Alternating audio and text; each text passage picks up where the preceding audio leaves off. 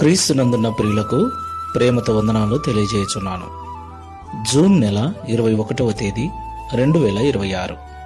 ఈరోజు దేవుడు మనకు చేస్తున్న వాగ్దానం ఏమిటనగా కీర్తనల గ్రంథము 56వ కీర్తన 9వ చరణం.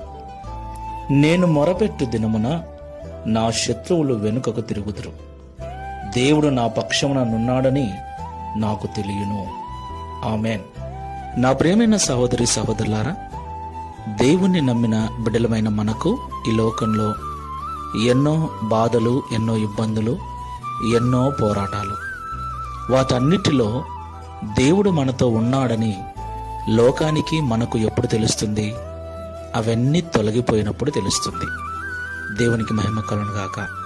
అవును ప్రియులారా, లోకములో ఉన్న మనుషులందరికీ ఎలాగైతే లోక సంబంధమైన శ్రమలు ఉంటాయో, క్రైస్తవులమైన మనకు కూడా తప్పకుండా శ్రమలు, నిందలు, అవమానములు, రోగములు, బాధలు మరీ ఎక్కువగా ఉంటాయని దేవుడే స్వయంగా చెప్పాడు.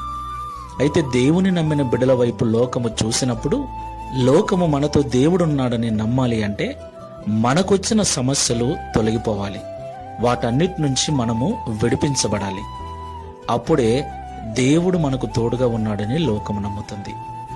మరి మన దేవుడు వాటన్నిటి నుండి మనల్ని విడిపించగలడా అంటే 100% తప్పకుండా విడిపిస్తాడు. ఎప్పుడు? మనము దేవునికి మొరపెట్టినప్పుడు. దేవునికి క్రీస్తునందున్న ప్రియులకు ప్రేమతో వందనాలు తెలియజేయుచున్నాను. జూన్ నెల 21వ తేదీ 2026.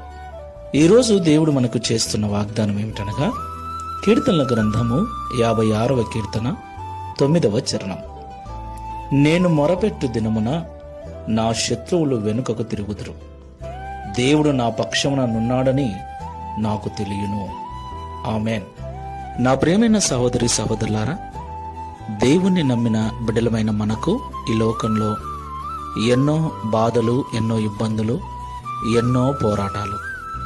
వాటన్నిటిలో దేవుడు మనతో ఉన్నాడని లోకానికి మనకు ఎప్పుడు తెలుస్తుంది?